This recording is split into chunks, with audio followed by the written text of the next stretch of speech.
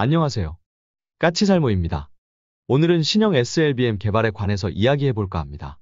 그 전에 앞서서 솔직히 SLBM 이야기만으로는 너무 내용이 짧기 때문에 우리나라 탄도미사일 기술력에 관해서 이야기해볼까 해요.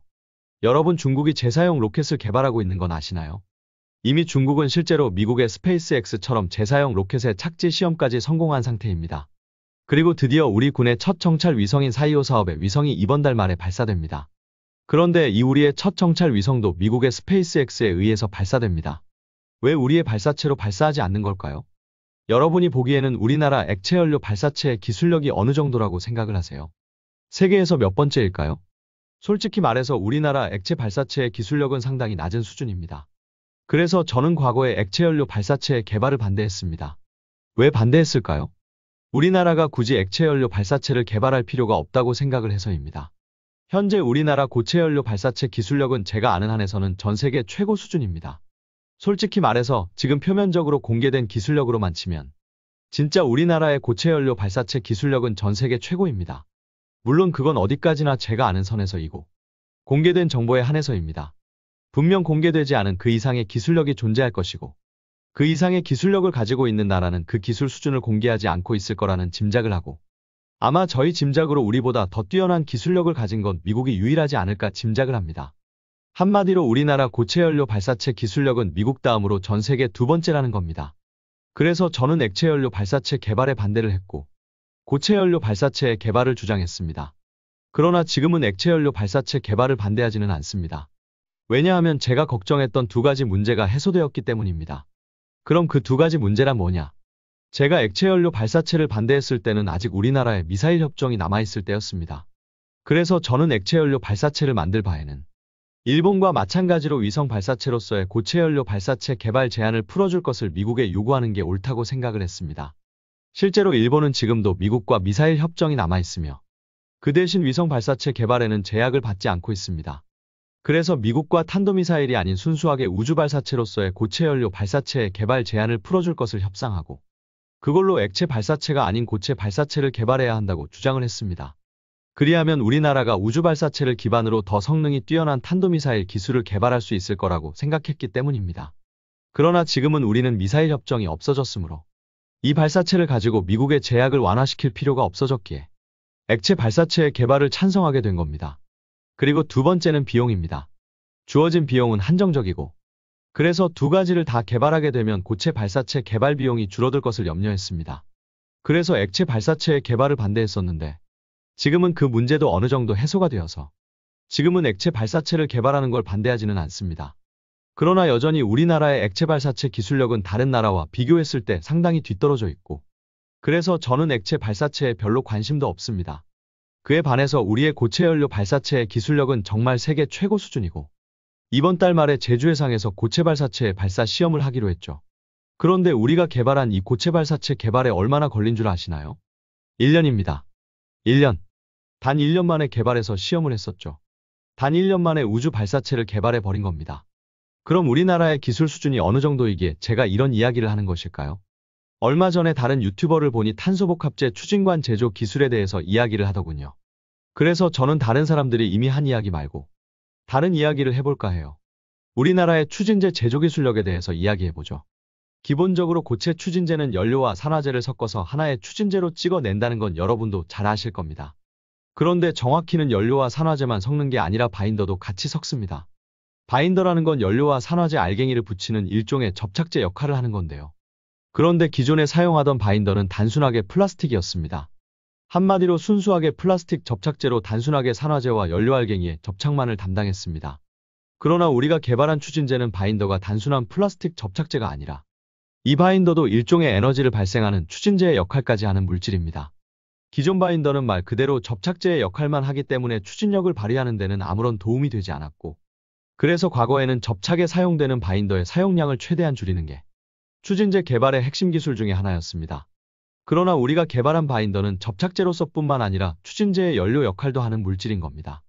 거기다 고체연료 미사일의 추진제의 연료로 사용되는 건 알루미늄 분말인데요. 알루미늄 분말에는 치명적인 약점이 있습니다. 그건 알루미늄이 공기 그러니까 산소와 만나면 표면에 산화막을 형성한다는 것입니다. 그래서 이 산화막이 알루미늄 분말의 연소를 방해하게 되죠. 그러나 연소를 위해서는 산소가 있어야 하는 건 너무 당연하고. 그래서 우리나라는 알루미늄 분말 표면에 불 속에 수지나 니켈로 코팅을 해버리는 기술을 개발했습니다. 이리하면 알루미늄 분말에 산화막이 생기지 않고 연소를 방해하지 않게 됩니다. 이리하면 알루미늄 분말의 연료 효율이 2.5배가 증가하고 전체적인 추진제의 효율이 대략 20% 정도 증가한다고 합니다. 솔직히 이런 기술들은 거의 대부분이 기밀입니다. 그래서 알려진 게 거의 없죠. 그럼 이 기술들은 어찌 공개된 것일까요? 어찌 공개되어서 저 같은 일반인도 알게 된 것일까요? 그건 바로 기밀 사업이 아닌 LSAM 개발 사업과 관련해서 LSAM의 추진제에 대한 것에서 나오는 내용입니다. 그래서 이런 추진제가 실제로 우리나라에 어떤 탄도미사일에 적용되어 있는지는 모릅니다. 다만 LSAM에 적용되었다는 건 이미 실용화되었다는 것이기에 현무4나 현무5에 적용되어 있을 가능성이 높습니다. 그럼 이 정도 기술 수준이 세계적으로 어느 정도 수준일까요? 제가 앞에서도 이야기했지만 최소 현존 세계 최고입니다. 미국이 공개하지 않은 비밀 기술이 더 있을 가능성은 있으나 미국을 빼고는 이 정도 기술에 도달한 나라는 없습니다.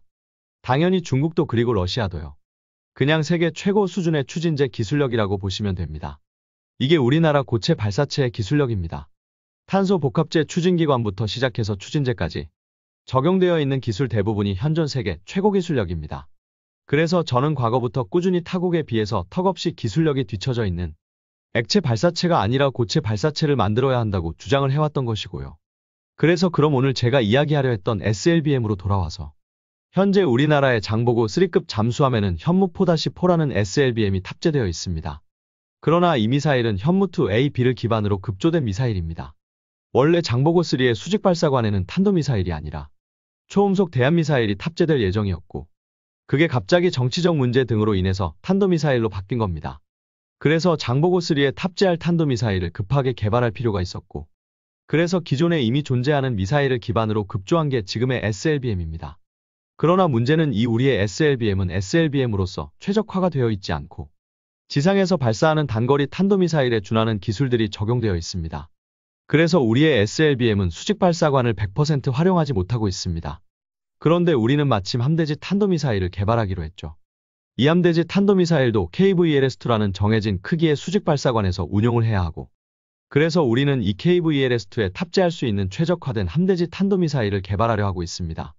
상대적으로 급조된 SLBM에 비해서 함대지 탄도미사일은 넉넉한 개발 기간을 가지고 KVLS-2에 최적화된 미사일을 개발하게 됩니다. 그래서 바로 이 함대지 탄도미사일을 기반으로 하는 SLBM을 개발한다고 합니다. 제가 전에 함대지 탄도미사일에 대해서 다루었고 그 성능을 보면 지금 우리 장보고 3에 탑재된 SLBM의 딱 2배 정도의 성능입니다. 우선 장보고 3의 SLBM은 사거리가 400km인데 비해서 함대지 탄도미사일은 사거리가 800km고 탄두 중량도 SLBM은 500kg 정도에 불과하지만 함대지 탄도미사일은 1톤급 관통 탄두를 지니고 있습니다. 그래서 그 성능이 딱 SLBM의 2배의 성능이고 이게 SLBM으로 개발된다면 당연히 SLBM도 성능이 지금의 2배가 되는 겁니다. 한마디로 이 함대지 탄도미사일 개발 사업은 단순하게 함대지 탄도미사일만 개발하는 사업이 아니라 바로 함대지 탄도미사일과 SLBM을 동시에 개발하는 사업인 겁니다. 그리고 이 미사일이야말로 장보고 3의 최적화된 SLBM인 것이고요. 분명히 말하지만 저는 액체연료 우주발사체 개발을 지금은 반대하지 않습니다. 그러나 우리의 액체 발사체는 중국에 비해서도 세계 여러 나라에 비해서도 상당히 떨어지는 기술력을 가지고 있습니다. 그에 반해서 우리의 고체 발사체 기술은 지금 미국과 선두자리를 다툴 정도의 기술력을 가지고 있습니다. 그러니 자부심을 가지셔도 됩니다. 그리고 이 기술력을 바탕으로 진정한 의미에서의 우리 장보고 3를 위한 최적화된 SLBM을 개발하게 될 것입니다. 이게 바로 우리의 기술력 수준입니다. 이상 영상 봐주셔서 감사합니다.